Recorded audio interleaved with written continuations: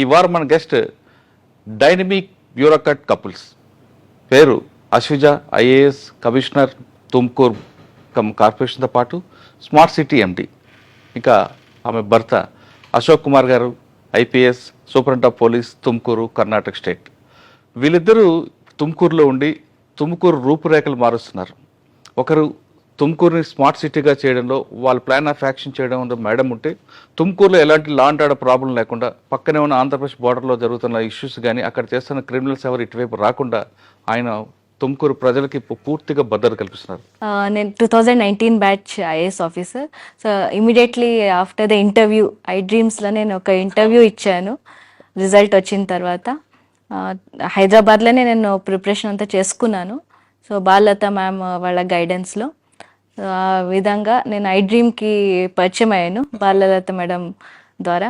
So దాని తర్వాత నేను ప్రొబేషనరీ యాదగిరి డిస్టిక్లో చేసి, తర్వాత అసిస్టెంట్ కమిషనర్ సేడం గుల్బర్గా డిస్టిక్లో చేశాను. దాని తర్వాత బెంగళూరులో director of social security and pension చేసి, తర్వాత తుమ్కూరుకి కార్పొరేషన్ కమిషనర్గా ఫస్ట్ వచ్చాను. అది వచ్చిన ఒక 4 monthsకి ఎండి స్మార్ట్ సిటీగా ఛార్జ్ కూడా ఇచ్చారు, ఇన్ఛార్జ్. మేడం ఫస్ట్ పోస్టింగ్లో మెయిన్ ఛాలెంజ్ ఏమొచ్చిందండి? ఇక్కడ కాదండి, సబ్ కలెక్టర్గా వచ్చినప్పుడు. సో ఫస్ట్ పోస్టింగ్ ఛాలెంజెస్ అక్కడ ఏరియా గుల్బర్గా వచ్చేసి మన నార్త్ కర్ణాటకలో వస్తుంది.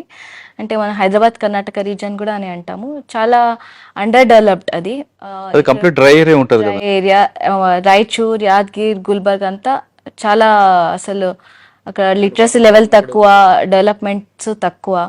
సో అక్కడ చాలా ఫోకస్ చేయాల్సినవి వచ్చినాయి. నాకు ఒక మేజర్ ప్రాజెక్ట్ వచ్చేసి, నేను సేడంలో ఉన్నప్పుడు అక్కడ చాలా సిమెంట్ ఫ్యాక్టరీస్ ఉన్నాయి. ఆల్మోస్ట్ 11-12 సిమెంట్ ఫ్యాక్టరీస్ ఎంటైర్ కంట్రీకే సిమెంట్ సప్లై చేస్తాయి. అక్కడ లైమ్ స్టోన్ రిజర్వ్స్ చాలా ఎక్కువ ఉన్నాయి. సో అక్కడ అరౌండ్ 250 పీపుల్ని ఇంకో చోట మూవ్ చేయాల్సింది.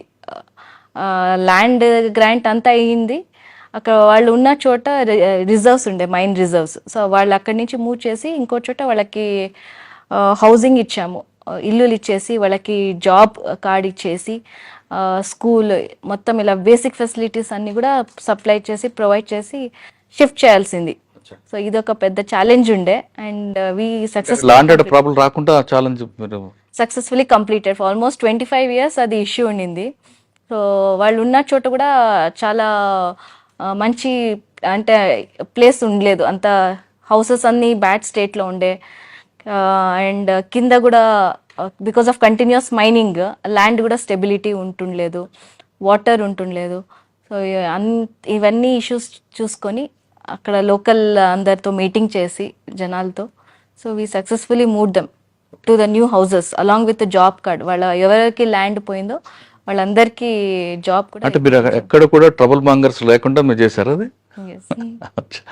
మేడం అసలు సేడం ఒకప్పుడు మీరు డ్రై ఏరియా, కానీ ఇప్పుడు గుల్బర్గా ఎయిర్పోర్ట్ స్టార్ట్ అయిన తర్వాత ల్యాండ్ వేలు పెరిగింది, ఎక్కడెక్కడ ఇష్యూస్ ల్యాండ్ ఇష్యూస్ వస్తున్నాయి. ఆ ప్రాబ్లం ఎలా షార్ట్ అవుట్ చేశారు మీరు? సో మాది గుల్బర్గా నుంచి ఒక 2 hours దూరంలో సేడం ఉంటుంది. Sedam is a sub division. So after airport started అన్నట్టు land values already started increasing. So we have ఏమి కోర్ట్ ఉండేది, ఏసీ కోర్ట్ అని. సో ఆ కోర్టులో రెగ్యులర్గా కేసెస్ అని హియరింగ్ చేసి, అది వదిలేసి ఈవెన్ అదాలత్ అని చేసేవాళ్ళం. మేమే పల్లెలకి వెళ్ళిపోయి అక్కడనే ఏమైనా ల్యాండ్ ఇష్యూస్ ఉంటే అలాంగ్ విత్ తహసీల్దార్